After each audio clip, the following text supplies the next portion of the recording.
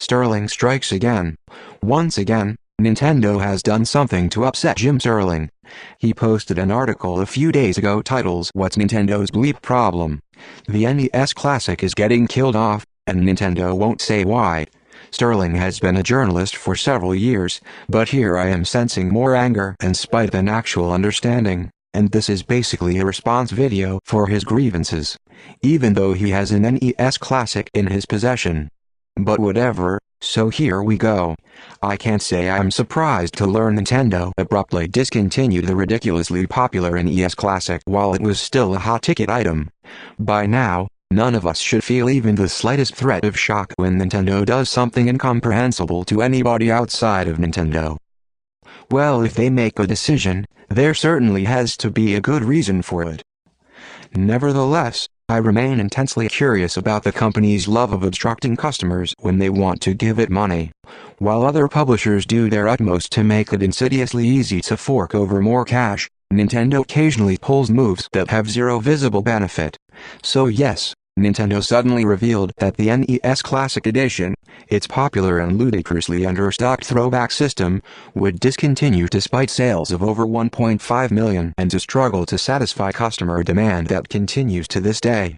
Many people still want and can't find this thing, yet the company behind it thought now was the time to axe the sucker. Jim, if you were paying attention, it was never meant to be a long-term product. Nintendo has stated this multiple times. Throughout April, NOA territories will receive the last shipments of Nintendo Entertainment System, NES Classic Edition systems for this year, the company told IGN. We encourage anyone interested in obtaining this system to check with retail outlets regarding availability. We understand that it has been difficult for many consumers to find a system, and for that we apologize. We have paid close attention to consumer feedback, and we greatly appreciate the incredible level of consumer interest and support for this product. So you did read this statement, but you never brought forth the very quote where it said that it was never intended to be a long-term investment. So you're pulling the wool in front of your readers' eyes. That's what you're doing. Nice. It's a bit of a fuck you as far as statements go, to actively acknowledge the difficulty your customers have had while glibly announcing your lack of interest and alleviating said difficulty comes off almost sarcastically, like the whole existence of the NES Classic in America is some sort of joke at the expense of the company's audience. No, it's not. The point of it is that they're not supposed to mass-produce the system because it was never supposed to be mass-produced. It's called a limited edition for a reason. We have of course talked about Nintendo's infamous inability to supply according to demand. Once again, limited edition. Apparently that hasn't yet sunk in.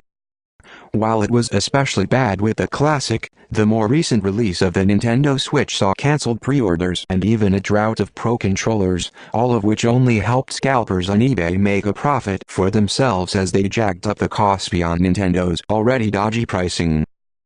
Something tells me that you're spinning the narrative on the Switch now. Cancelled pre-orders was more the fault of retailers like Game and GameStop than Nintendo for taking more pre-orders than were originally planned. As for the Pro controllers, I never saw that as an issue. It sold out in 15 minutes on Amazon. If anything, that's a great thing. Why is it a bad thing? Nintendo clearly needs time to get more in stock, just as any product that sells out. Indeed, scalpers seem to be the ones who benefit most from anything Nintendo makes. Be they NES Classics, Pro controllers, or Amiibo, the company's failure to supply has reaped dividends for those quick and shameless enough to snap up the goods and flip them for a tidy profit.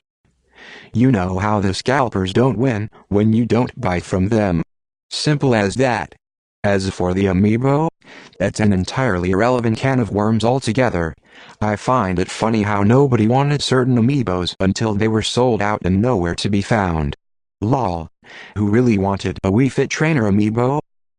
While some call it a conspiracy theory, I still believe Nintendo does this on purpose to drum up anticipation and boast of sell-out successes in the same manner as toy manufacturers. The numbers in which these items are shipped are too pathetically small to make sense otherwise. Can you show me the press release of such? The NES Classic, that is. They never intended this to be a big seller. Nevertheless, I'm at a loss to come up with a thread of logic governing the classic's discontinuation. Well, maybe I should be a journalism then, because I have your answers. But we'll continue. The best theory floating around is that Nintendo of America doesn't want to slow the momentum of the Switch, which has recently become a record-breaking success for the company. It would have maybe made sense if the Switch hadn't broken records while the NES Classic was still a thing. Instead, it looks like Nintendo had two successful pieces of hardware on the market and arbitrarily decided to kill one of them. Then he trails off for the rest of the article, but Jim, you gotta be kidding me. Look at the NES Classic Edition. $60 retail, 30 preloaded games, and great games at that, going up against Nintendo's newest console that's $300 and comes with no games. Nintendo doesn't hate money. They want your money, especially now more than ever. Nintendo wants consumers to spend hundreds or thousands of dollars on consoles, games, and accessories. It's their bread and butter as well as Sony's and Microsoft's. They spent a hefty fortune to promote the Switch, because that's the product they're counting on in the foreseeable future. They want nothing to hold the Switch back from being the success it might be for the benefit of everyone that has to do with them. It's been reported that 2.4 million Switches have been sold for March. If it sold that many every month, it would pass the Wii U come September. Imagine if the NES Classic were on the market at the same time, would the Switch even get to 14 million units sold? They don't trust consumers to buy both consoles at the same time. You might not agree with that, you might see things differently, but you're the one who says that you don't have a clue why. This doesn't even touch on the fact that it's just a really dumb idea to go into competition with yourself. Nintendo makes not even $3 for every NES Classic purchased. They make $43 on every Switch sold, and that doesn't include first-party games or controllers. The fact of the matter is, the NES Classic wouldn't have made anywhere near the money that Nintendo would like to make with the Switch. When you're a company like Nintendo, there's no money to be made on a plug-and-play retro console. With the NES Classic, just pay $60 or $70 and you're set. There's no games or controllers to buy, no memory cards, no online subscription, it's just a huge game bundle in one little box. If both consoles were widely available, the Switch would unquestionably fail due to how much better of a deal the NES Classic is. Casuals, old-school fans, parents who don't want to spend much money for their kids, those are all the people who will pass on the Switch to buy one of these things. They just couldn't do that. They don't want consumers to only make a one-time purchase of $60. Clearly that's not enough. Not when they just came out with a new system and about hundreds of developers working on games for it. Why can't they mention that? Because they don't want to upset those people.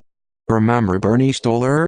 When he was in charge of Sega of America, he said, "The Saturn is not our future," which didn't do Sega any favors winning back consumers. That would be like Reggie saying, "The NES Classic isn't our future." Even though it really isn't, that's just the facts. We all know it's the Switch and they want us all to buy a Switch. They're going where the money's at. Have mercy. I didn't even mention all the third parties that have been trying to make amends with Nintendo again. The rapid success of the NES Classic would have been screwing over those devs as well when they're the ones that see Nintendo as a profitable partner once more. Nintendo can't afford to make any decisions that would hurt their partners, or themselves for that matter. And who's to say that if the NES Classic was mass-produced and killed the Switch's momentum, that you wouldn't be making a Jimquisition titled Ding Dong, The Switch is Dead, and repeatedly reminded us how the NES Classic was Nintendo's Achilles heel? It seems like no matter what Nintendo does, you'll always try ruining the fun for people who love their products. Everything Nintendo does is wrong. How come you never mention all the faults that Microsoft has had recently? I'm an Xbox One owner, and off the top of my head, the cancellation of Scalebound, Remedy Entertainment no longer being the Microsoft exclusive developer, the removal of the Snap feature, and the very underwhelming buzz of Project Scorpio apparently don't hold a candle to Nintendo's rumored free game policy or some plug-and-play console. You've told us about Nintendo moves, but do you want to know about Jim Sterling moves? Jim Sterling move is to nuke first and ask questions later. Jim Sterling move is to sacrifice journalistic integrity for one publicity stunt after the next. Maybe the journalism game isn't for you anymore. You might as well just be a pure comedic entity with the purpose to entertain your audience. Is it sad that they cut the NES Classic? Yes. Is that the only way you could play Mega Man 2? No. What I suggest is that if there's an NES game that people want to play, they should get an NES, or buy the game they want on the Wii, the Wii U or 3DS, and you'll be fine.